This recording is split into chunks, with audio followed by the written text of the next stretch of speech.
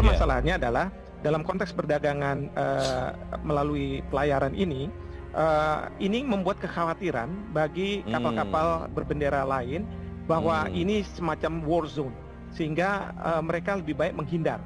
3 hal yang kita bisa lakukan. Pertama, kita bisa ke PBB, apakah ke Dewan Keamanan ataupun ke Majelis Umum, untuk menyampaikan bahwa ada isu yang bisa berdampak pada perdamaian dunia dan kemudian juga berdampak pada perekonomian internasional.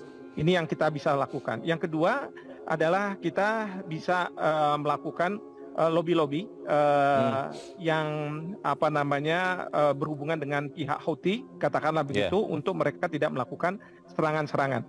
Dan terakhir tentu kita ingin IMO, International Maritime Organization, itu bisa mengambil peran agar memastikan bahwa pelayaran internasional itu tidak terganggu seperti itu.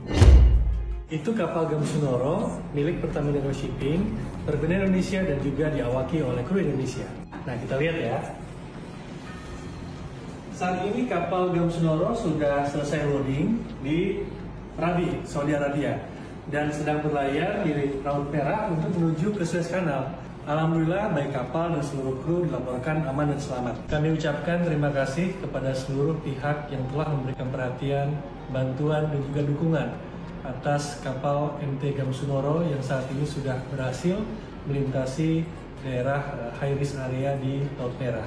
Terima kasih sekali lagi kami ucapkan kepada seluruh pihak yang telah membantu, baik itu dari Kementerian Perhubungan, kedutaan besar di luar negeri, dan juga seluruh masyarakat yang ikut memberikan dukungan dan juga doa hingga kapal kami dan juga seluruh kru di atas kapal bisa aman dan selamat melalui area high risk area tersebut. Mari terus kita doakan agar seluruh kru dapat berlayar dengan aman dan peace berkomitmen untuk memastikan seluruh kapal-kapal dioperasikan aman dan selamat ketika berlayar di luar negeri.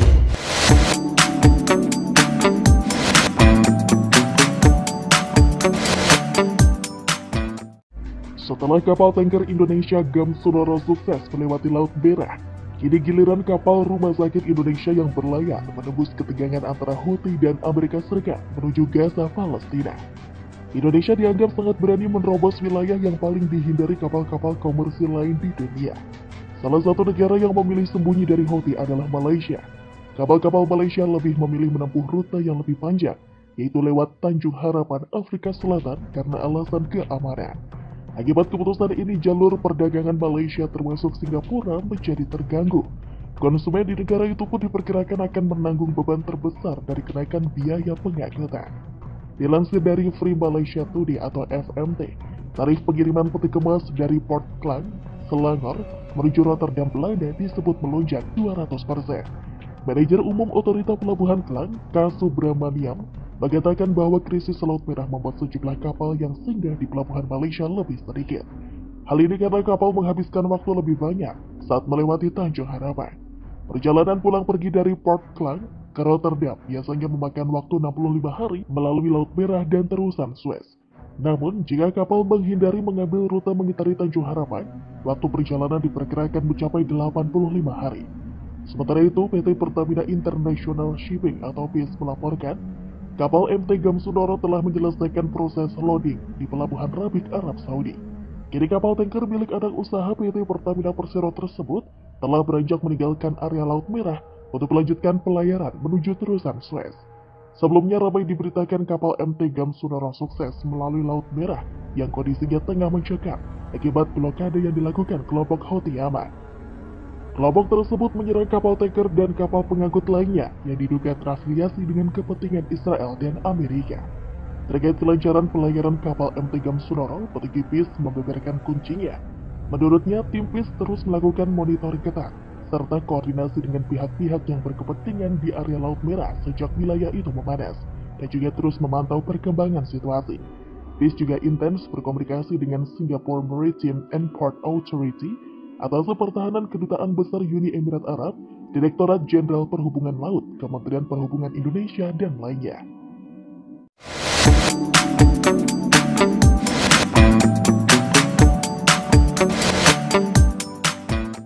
Nilai tambah besar ada di dalam negeri, kesempatan kerja ada di dalam negeri, inilah yang akan menghantarkan negara kita Indonesia dari negara berkembang bisa menuju ke negara maju.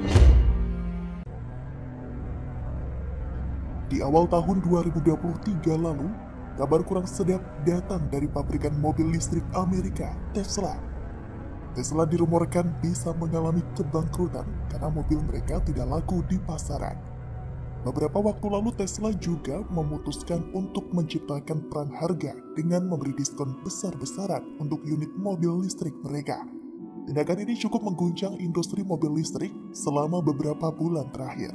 Namun, meskipun baru-baru ini banting harga lagi, mobil mereka tetap tidak laris. Karena itu Tesla menunda investasinya di negara manapun. Hal ini disampaikan langsung oleh Menteri Koordinator Bidang Kemaritiman dan Investasi Luhut Binsar Panjaitan yang baru saja melakukan pertemuan dengan bos Tesla, yakni Elon Musk di San Francisco, Amerika Serikat. Menurut Luhut, setidaknya terdapat dua hal yang melatar belakangi raksasa otomotif dunia tersebut akhirnya menunda investasi. Di antaranya yakni overproduksi dan kondisi ekonomi global yang kurang baik saat ini. Luhut juga menjamin kalau kerjasama Tesla dengan negara Asia lain tidak lain hanyalah sebagai agen penjualan mobil saja.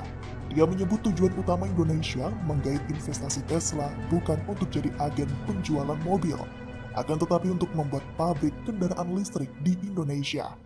Dalam pertemuan itu Elon Musk juga memberi iming-iming akan melakukan investasi di sektor pada bahan baku pembuatan baterai lithium dan kerjasama untuk membangun jaringan internet murah di timur Indonesia. Untuk memastikan investasinya itu, Musk akan datang ke Indonesia pada September atau Oktober mendatang. Tapi sayang sekali Tesla, sekarang sudah banyak perusahaan-perusahaan yang investasi di Indonesia terkait bisnis di bidang mobil listrik. Selain Hyundai dan Wuling yang sudah produksi lebih dulu, produsen otomotif asal Cina yang sukses di negaranya, yakni NETA resmi menancapkan bendera di industri otomotif tanah air melalui ajang Gaikindo Indonesia International Auto Show atau GIAS 2023 dengan membawa 3 kendaraan andalan mereka. PT NETA Auto Indonesia secara resmi mengumumkan kerjasama dengan PT Handal Indonesia Motor atau HIM sebagai mitra lokalnya. Kerjasama ini sudah dituangkan dalam Memorandum of Understanding atau MOU yang ditandatangani keduanya pada 26 Juli 2023. NETA sendiri telah meluncurkan setidaknya 5 model mobil dan berhasil mencatatkan penjualan 150.000 unit tahun 2022. Ini membawa NETA sebagai startup otomotif nomor 1 dan nomor 9 pemain kendaraan listrik di Tiongkok. NETA memulai ekspansi global tahun 2022 dan terus berkembang menjadi merek kendaraan listrik yang paling menjanjikan di Tiongkok dengan pertumbuhan sebesar 362%. Hingga saat ini, NETA sudah berhasil menjual 320.000 unit lebih mobil listrik. Brand yang kedua yang bakal memproduksi produknya di Indonesia di tahun 2024 yakni Mazda.